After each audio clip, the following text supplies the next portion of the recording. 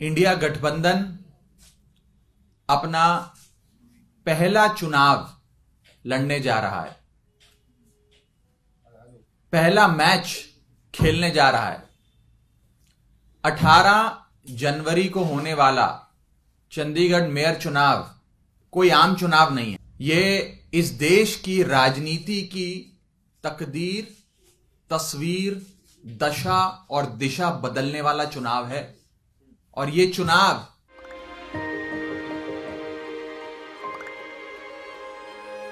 मिलके हम पंजाब को रंगला पंजाब बनाएंगे और बिजली के मामले में पंजाब को सरप्लस बनाएंगे। 24 ਘੰਟੇ ਬਿਜਲੀ ਰਹਿੰਦੀ ਹੈ ਜੀ, ਕੋਈ ਦਿੱਕਤ ਨਹੀਂ ਬਿਜਲੀ ਦੀ ਸਾਨੂੰ। ਗਰੀਬਾਂ ਦਾ ਜਿਉਣ ਦਾ ਸਤਰ ਜਿਹੜਾ ਜੀਵਨ ਉੱਚਾ ਪੱਧਰ ਦਾ ਕਿਵੇਂ ਚੱਕ ਸਕਦੇ ਹਾਂ, ਇਹ ਸਾਡੀਆਂ ਪ੍ਰਾਇੋਰਟੀਜ਼ ਨੇ। ਮੇਰੇ ਤੇ ਯਕੀਨ ਤੁਸੀਂ ਕੀਤਾ ਤਾਂ ਯਕੀਨ ਰੱਖਿਓ, ਮੈਂ ਤੁਹਾਡਾ ਯਕੀਨ ਕਦੇ ਟੁੱਟਣ ਨਹੀਂ ਦਊਂਗਾ। हमारा मानना है कि आने वाले 2024 के लोकसभा चुनाव की नींव रखेगा। इंडिया गठबंधन बतौर गठबंधन पहली बार चुनाव के रण के मैदान में भाजपा का सामना करने जाना है। और यह चुनाव इंडिया बनाम भाजपा के पहले मैच के पहले चुनाव के नाम से जाना जाएगा। हमारा यह मानना है कि इंडिया गठबंधन पूरी मजबूती से चंडीगढ़ मेयर चुनाव लड़ेगा और एक ऐतिहासिक निर्णायक जीत दर्ज कराएगा। आप इस आम चुनाव, इस चंडीगढ़ मेयर चुनाव को कोई साधारण आम चुनाव मत मानिए। यह एक ऐसा चुनाव है जिसमें पहली बार मुकाबला सीधा इंडिया बनाम भाजपा होने जा रहा है।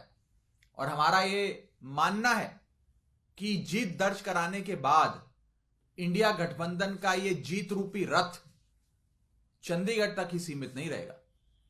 यह कश्मीर से लेकर कन्याकुमारी और मणिपुर से लेकर मुंबई तक जाएगा। जब जब टीम इंडिया का सामना देश की, दुनिया की किसी भी टीम से हुआ, हमेशा भारतवासियों ने टीम इंडिया को जिताया। हमारा यह मानना है कि 18 जनवरी के चंडीगढ़ चुनाव में भी भारतवासी एकजुट होकर इंडिया को जिताएंगे। और इस चुनाव के उपरांत स्कोर कार्ड होगा इंडिया 1, भाजपा 0। हमारा यह मानना है कि इंडिया गठबंधन की 18 जनवरी को होने वाली क्लीन स्वीप के बाद यह एक 2024 के लोकसभा चुनाव के लिए आगाज होगा।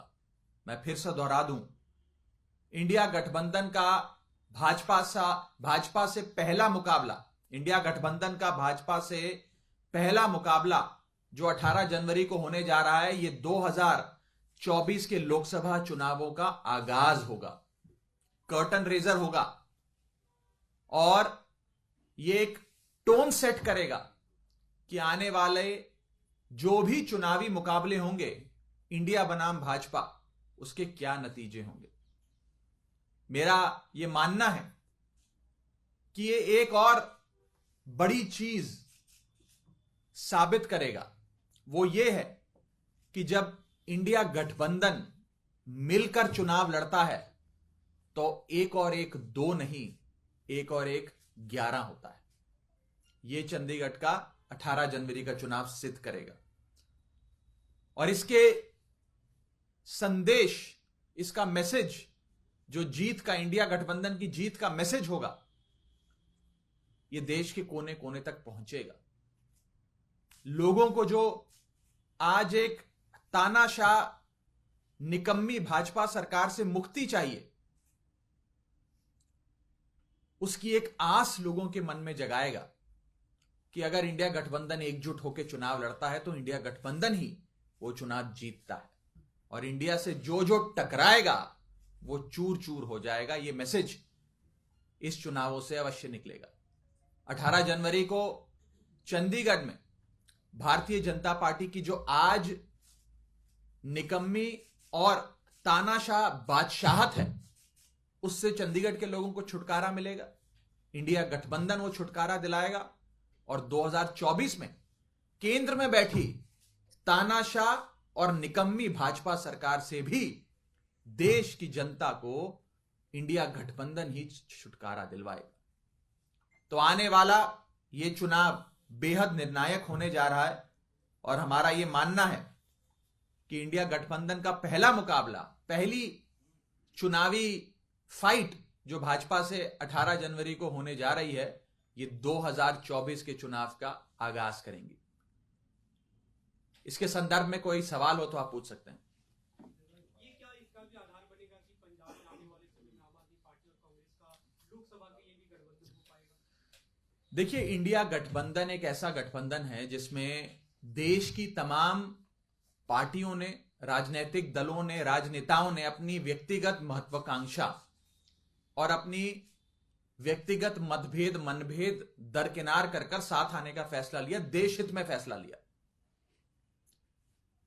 अब सीटों का बंटवारा कौन से राज्यों में होगा, कौन से में नहीं होगा, कौन से राज्यों में रणनीति के तहत साथ आकर लड़ा जाएगा और कौन से राज्यों में रणनीति के तहत भिन्न भिन्न प्रकार से लड़ा जाएगा, यह फैसला सीट शेयरिंग की जब पूरी बातचीत है वो समाप्त हो जाएगी, उसके बाद लिया जाएगा। आज सीट शेयरिंग पर नॉन स्टॉप रेगुलर कमेंट्री करना उचित नहीं है। मैंने पहले भी कहा था कि जैसे क्रिकेट मैच में आप देखते हैं कि बॉल बाय बॉल कमेंट्री होती है, सीट शेयरिंग की बातचीत में, संवाद में इस प्रकार से बॉल बाय बॉल कमेंट्री नहीं हो सकती, वो संभव नहीं है। लेकिन जैसे ही कोई महत्वपूर्ण फैसला लिया जाएगा उसकी जानकारी अवश्य आप सबसे साझा करेंगे। But is this outcome of Mr. Arvind Kejriwal's meeting with Rahul Gandhi and Mallikarjun Kharge at Mr. Kharge's residence? देखिए, मेरे नेता और दिल्ली के मुख्यमंत्री आदरणीय अरविंद केजरीवाल जी की एक बहुत ही महत्वपूर्ण बैठक कांग्रेस के राष्ट्रीय अध्यक्ष मल्लिकार्जुन खड़गे साहब और कांग्रेस पार्टी के बड़े नेता राहुल गांधी जी के साथ हुई।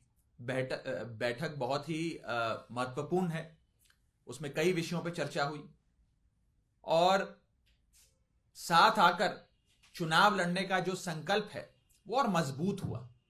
मेरा अपना ये मानना है कि अगर इंडिया गठबंधन की पार्टियां और खास करके ये दो पार्टियां साथ आती हैं तो भाजपा के लिए एक और एक 2 नहीं, एक और एक 11 का जो हमारी ताकत है वो एक और एक 11 हो जाएगी, उसका सामना भाजपा को करना पड़ेगा। सर, मेयर पद पे आम आदमी का होगा या मेयर आम आदमी पार्टी का और 2 डिप्टी मेयर, सीनियर और डिप्टी मेयर वो कांग्रेस के।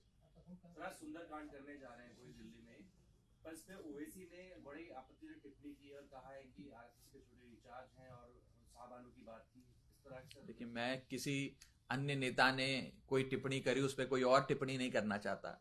जिसने जो टिप्पणी करी वो उसको मुबारक।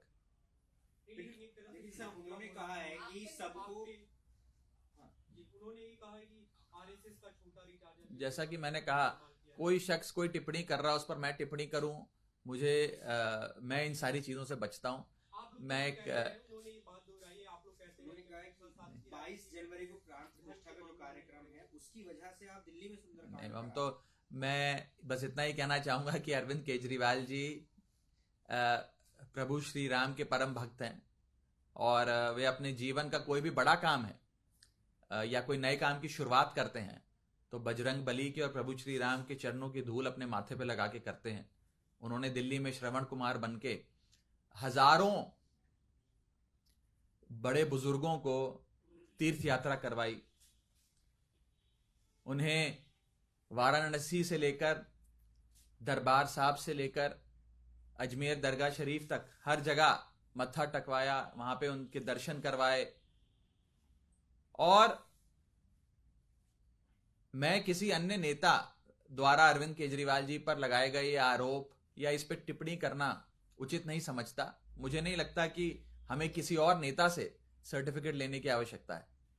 लेकिन राघव जी, क्या आप लोग कोऑप्ट भी कर रहे हैं या एक तरह से काउंटर करने की कोशिश कर रहे हैं बीजेपी का जो राम मंदिर और प्राण प्रतिष्ठा पे नैरेटिव? मैंने जो जवाब देना था मैंने दे दिया इस विषय पे। फॉर्मल इनविटेशन आ गया है राम मंदिर मेरे अभी मुझे ऐसी कोई जानकारी नहीं है और जैसे ही कोई जानकारी आएगी आपको बताएंगे। निमंत्रण अगर आता है तो जाएंगे क्या? जब आएगा तो आपको बताएंगे। 18 का समन भी है सर। उस पर भी वकीलों से चर्चा हो रही है। आपको 18 तारीख के और करीब आके अवश्य उस पर भी जो फैसला पार्टी लेगी, माननीय मुख्यमंत्री जी लेंगे, अपने वकीलों से सलाह कर उस बारे में भी बताया जाएगा। Raghav, can you tell us exactly what role did that particular meeting play that happened between Rahul Gandhi and Mr. Kharge and Rajat Gupta? What is the Well, biggest twist in of a- the meeting? in very Because li- we believe that many things were finalized at that meeting. Is it true? Like for instance, the Chandigarh deal, was it finalized at that No, meeting? see, first of all, since I was present in the meeting, it is only fair that I limit my discourse and limit my commentary on that meeting. However, since you've asked this question, I can say this in a very measured manner that the meeting that took place between my leader and the Honorable Chief Minister of Delhi, Mr. Kejriwal, and the Congress President, Shri Mallikarjun Kharge ji, and Senior Congress Leader, Shri Rahul Gandhi ji, was a meeting that was very, very significant. It has further strengthened our collective resolve to save India and to come together to ensure the departure of a incompetent, corrupt and dictatorial regime led by the BJP. That's the only thing that I'd like to say vis-a-vis that meeting. Sir Anurag Thakur का भी बयान आया अरविंद केजरीवाल की और जो है वो सुंदरकांड का बात करेंगे उस पर। मैं किसी के बयान पे मैं क्यों बयान दूं मेरे भाई? सर आप वो पछतावा करने का समय आ गया उनको है। बयान देने दीजिए। किसी के बयान पर मैं क्यों बयान दूं? आप उनसे जाकर मेरे बयान पे उनका बयान मांगिए। Thank you so much.